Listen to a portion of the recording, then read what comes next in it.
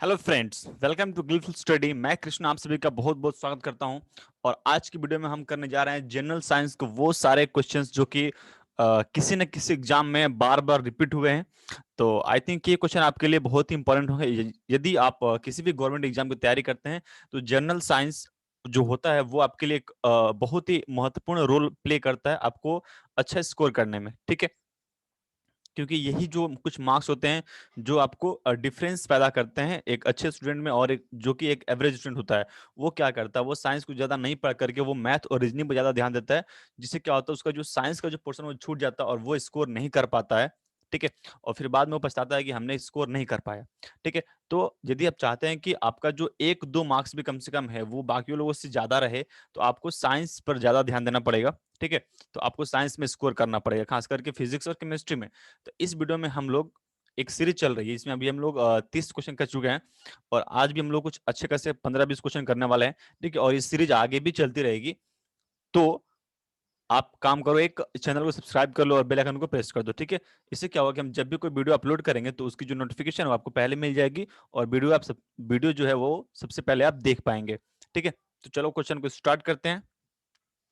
Question का level बताएगा आपको कि आपकी साइंस की तैयारी कितनी हो रही है। ठीक है, पहला सवाल पढ़िए।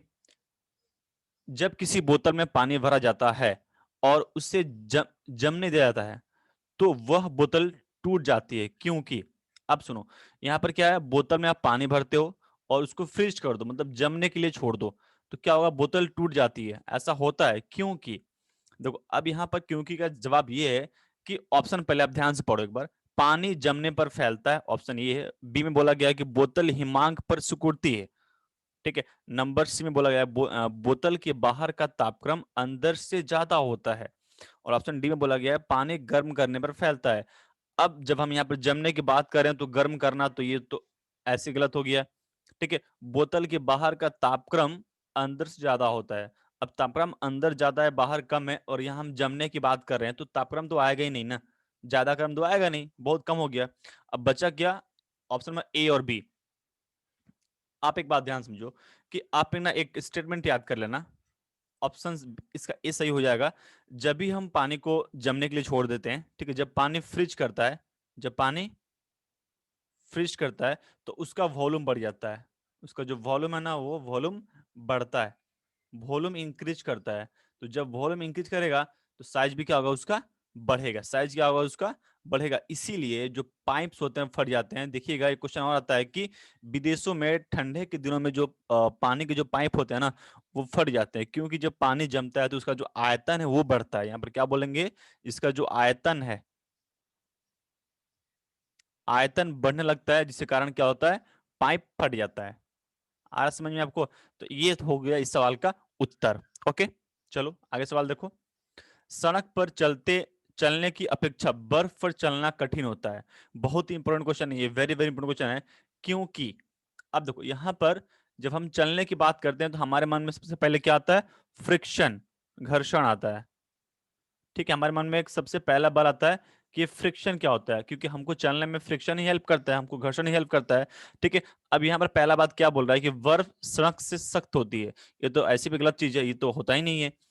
सड़क बर्फ से सख्त होती है, हाँ सख्त होती है, लेकिन हमको यहाँ सख्ती से कोई मतलब नहीं है, हमको यहाँ मतलब है घर्षण से। ठीक है, तो हम क्या बोलेंगे, ऑप्शन नंबर डी में देखो क्या लिखा हुआ है, बर्फ में सड़क की अपेक्षा घर्षण शक्ति कम होती है, इसीलिए हम लोग बर्फ पर खाली पैर तो बिल्कुल नहीं सकते। हाँ, अगर किसी ने रबर शूज का यूज कर रहा है ना, अगर आप रबर के जूते का इस्तेमाल कर रहे हैं तो आप बर्फ पर भी चल सकते हैं, बट आप खाली पैर या फिर नॉर्मली किसी चप्पल के सहारे आप उस पर नहीं चल सकते हैं। ठीक है, बर्फ पे चलने के लिए स्पेशल डिजाइन शूज मिलते हैं, वो आपको पहनना पड़ेगा। ठीक है, तो इसका आंसर क्या हो जाएगा, घर्षण अपेक्षा कम होता है बर्फ में। सड़क की अपेक्षा घर्षण क्या होता है, आपका फ्रिक्शन होता है। मतलब बर्फ जो है ना उसका जो फ्रिक्शन वैल्यू है वो सड़क से, मतलब अब रोड से क्या बोलेंगे, रोड की तुलना में क्या होता है, लेस होता है। क्या होता है, लेस हो सकता है। आया समझ में आपको? ओके, अगला क्वेश्चन देखिए। एक नदी में चलता हुआ जहाज समुद्र में आता है तब, पहले एक जहाज वो नदी में चल रहा था, अब वो समुद्र में आ गया है, तब जहाज में क्या आपको डिफरेंस देखने को मिलेगा? तो पहला ऑप्शन देखिए, का स्तर, मतलब जहाज का जो स्तर है वो पहले जितना ही रहेगा, थोड़ा ऊपर उठ जाएगा, नीचे आ जाएगा। डी में क्या बोल रहा है, ऊपर या नीचे होगा जो उसमें पड़े हुए भार पर निर्भर करेगा। अब मेरा एक बात समझो, यहाँ पर जो भी आप देखो, अब ये जहाज कहाँ पर है? जहाज पहले रिवर में था, अब वो सी में जा रहा है। रिवर का जो पानी होता है मीठा होता है, मतलब आप इसको स्वीट वाटर बोल सकते हो, ठीक है।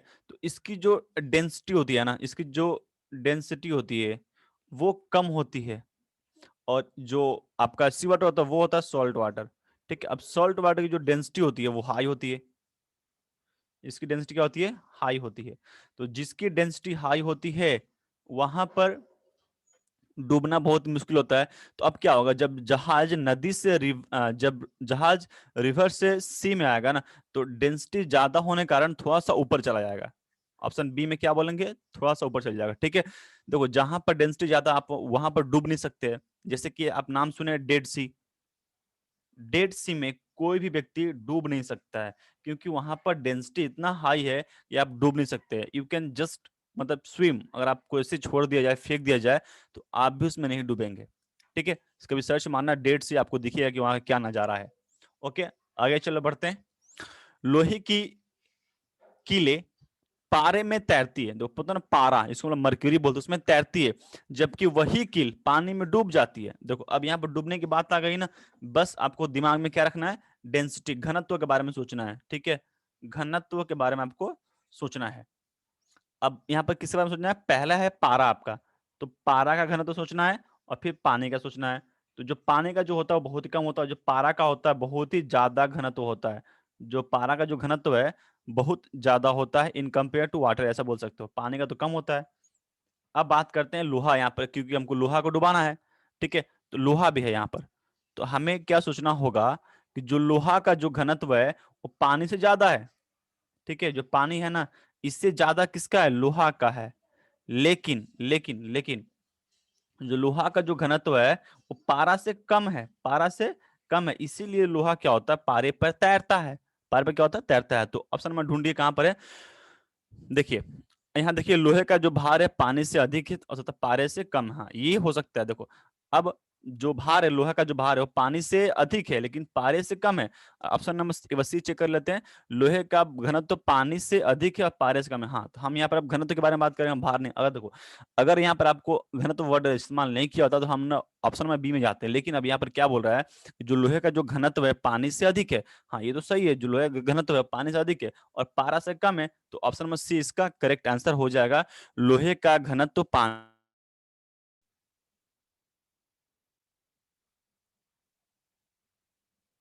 ठीक है। क्वेश्चन ये है कि पानी का घनत्व सर्वाधिक होता है, तो इसका आंसर हो जाएगा option number B, 4 degree Celsius पर, ठीक है। आप इसको याद कर लेना, बहुत ही ये मतलब बहुत ही नॉर्मल क्वेश्चन है और इंपॉर्टेंट क्वेश्चन है, ठीक है।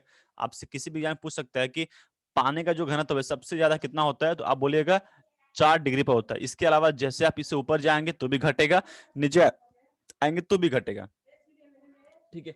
तो सबसे ज्यादा कितने पे होता है? 4 डिग्री सेल्सियस पे होता है पानी का घनत्व। अगला क्वेश्चन आपके स्क्रीन पर रहेगा। वस्तु की मात्रा बदलने पर अपरिवर्तित रहेगा। अब ये इंपॉर्टेंट क्वेश्चन जो है काफी इंपॉर्टेंट है। यहाँ पर बहुत लोग कंफ्यूज होते होंगे कि ये क्या हो गया, ठीक है। हम कैसे पकड़ेंगे कि इसमें आपको कौन सी बुद्धि लगानी है। तो आप एक सबसे पहले बात समझो, यहाँ क्या बोला है? वस्तु की मात्रा बदलने पर, हम जब मात्रा बदलेंगे तो उसका द्रव्यमान बदलेगा, क्योंकि द्रव्यमान और भार, देखो भार कैसे बदलेगा? क्योंकि भार क्या होता है? एम इंटू जी होता है। जब आप मात्रा बदलेंगे तो भार बदलेगा, द्रव्यमान बदलेगा। आयतन के बारे में हम बात करेंगे, देखो पहले एक ना डेफिनेशन लिखो कि जो आपकी जो डेंसिटी होती है, जो आपकी घनत्व होता है, वो होता है मास बाय वॉल्यूम पर,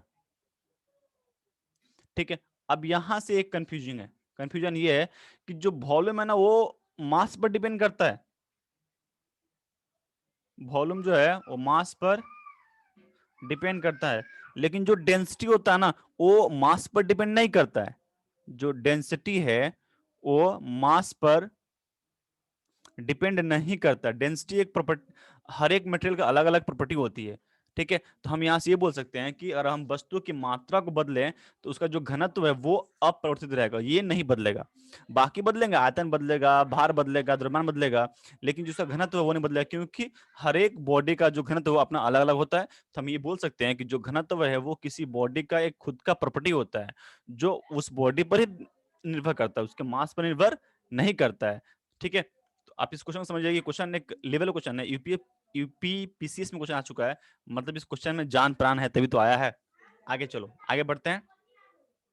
समुद्र में प्लवन करते आइसबर्ग का कितना भाग समुद्र की सतह से ऊपर रहता है?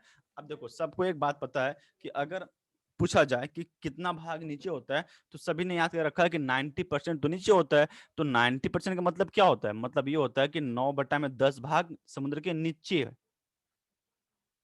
लेकिन हम बात करना चाहते हैं कि कितना ऊपर है, तो ऊपर कैसे निकालेंगे? तो 1/10। 1/10 क्या होता है? भाग ऊपर होता है। कैसे? देखो, 1 में से इस पूरे पार्ट को माइनस कर दो, जितना भाग नीचे है, तो यहाँ से आपको क्या मिल जाएगा? आपको मिल जाएगा 1/10 भाग ऊपर है। ठीक है, तो इसको याद भी कर सकते हैं। और इसी कारण से जो आपका टाइटैनिक जहाज था उसका दुर्घटना हो गया था, क्योंकि किसी को पता ही नहीं चल पाया था कि समुद्र जो आपका जो आइसबर्ग दिख रहा है वो कितना गहरा पानी के अंदर है। ठीक है, तो इस तरीके से भी घटनाएं हो जाती हैं। ओके, चलो अगला क्वेश्चन आपके स्क्रीन पर देखो, इस बार को ध्यान से पढ़ो। बर्फ के दो टुकड़े को आपस में दबाने पर टुकड़े आपस में चिपक जाते हैं, ऐसा क्यों होता है? देखो, हम जब भी आप इस घर में इस क्वेश्चन को आप घर में एक्सपीरियंस कर सकते हैं। कैसे करना है कि दो बड़े बड़े बर्फ का टुकड़ा लेना और उसको कस के दबा देना और कुछ देर तक दबा के रखना, ऐसे नहीं दबा के छोड़ देना, रखना, देखना वो चिपक जाता है। क्यों ऐसा क्यों होता है? क्योंकि सिंपल सा इसका आंसर ये होगा, ऑप्शन ए, दबाव अधिक होने से बर्फ का जो गलनांक है वो घट जाता है। और देखिए, जैसे वो घटता है वो आपस में स्पेस क्रिएट करता है और ये चिपक जाता है। ऐसा समझ में आपको? हम जब दबाव बढ़ाएंगे तो उसका जो गलनांक है वो कमेगा, और जैसे ही गलनांक कमेगा उस जगह पर क्या होगा ना, पानी बनने की कोशिश करेगा और वो आसानी से चिपक सकता है, आसानी से चिपक सकता है। तो आप इस बात को थोड़ा सा ध्यान में रखिएगा। ऑप्शन नंबर ए इसका सही जवाब हो जाएगा। अगला सवाल देखिए, हवाई जहाज से यात्रा करते समय पेन से स्याही निकलने लगती है। ये तो आपको पता है, ये एक सदाबहार क्वेश्चन है, कोई भी पूछ लेता है। ठीक है, 11 तो इसको याद रखिएगा कि जब भी हम हवाई जहाज में सफर करते हैं तो आपको सलाह दी जाती है कि आपकी जो पेन है उसको बाहर निकाल दो, वरना आपका जो कपड़े वो खराब हो सकते हैं। तो इसमें ये होता है कि जब हम ऊंचाई पर होते हैं तो वायुमंडलीय दबाव में कमी आती है। क्या बोले हम लोग? जब भी हम ऊंचाई पर होते हैं तो क्या होता है? ऊपर जाने से क्या होता है? दबाव कम होता है ना। हम जैसे जैसे ऊपर जाते हैं तो आपका जो दबाव है क्या होता है? आपका जो, ठीक है, जो दबाव होता है वो कम होने लगता है। और दबाव कम होने से क्या होता है ना, कि जो स्याही है वो वापस निकलने लगती है पेन से। ओके, अगला सवाल देखिए, बहुत इंपॉर्टेंट सवाल है ये। देखिए, ऊंचाई की जगहों पर पानी 100 डिग्री सेल्सियस से नीचे के तापमान पर ही क्यों उबलता है? अब इसका क्या आंसर होगा? देखिए, तो अब पहले ऑप्शन पढ़िए, मालूम पड़ जाएगा आपको। क्योंकि वायुमंडलीय दाब कम हो जाता है। हाँ, ये देखो, अब सबको पता है कि हम जब ऊपर जाते हैं तो क्या होता है? वायुमंडलीय दबाव कम होता है। ओके, अतः उबलने का बिंदु नीचे चला जाता है, ये बात एकदम सही है। अच्छा, कुछ और पढ़ लेते हैं। क्योंकि गुरुत्वाकर्षण कम होता है, हमको इससे मतलब ही नहीं है। ठीक है, हमको पानी को तो उबालना है। ठीक है, अ, पर्वतों पर भारी हवाओं के कारण नहीं, ऐसा कुछ नहीं है। ठीक है, तो ऑप्शन नंबर जो ए है वो बहुत ही सुटेबल आंसर इसको दिखा रहा है ये, क्योंकि हम जब भी वायुमंडलीय दबाव हम ऊपर जाते हैं तो क्या होता है? इसका दबाव कम होता है, जिससे क्या होता है कि उसकी जो गलनांक बिंदु है वो कम हो जाती है। देखो, दबाव बढ़ने से गलनांक बढ़ता है और कम होने से कम होता है।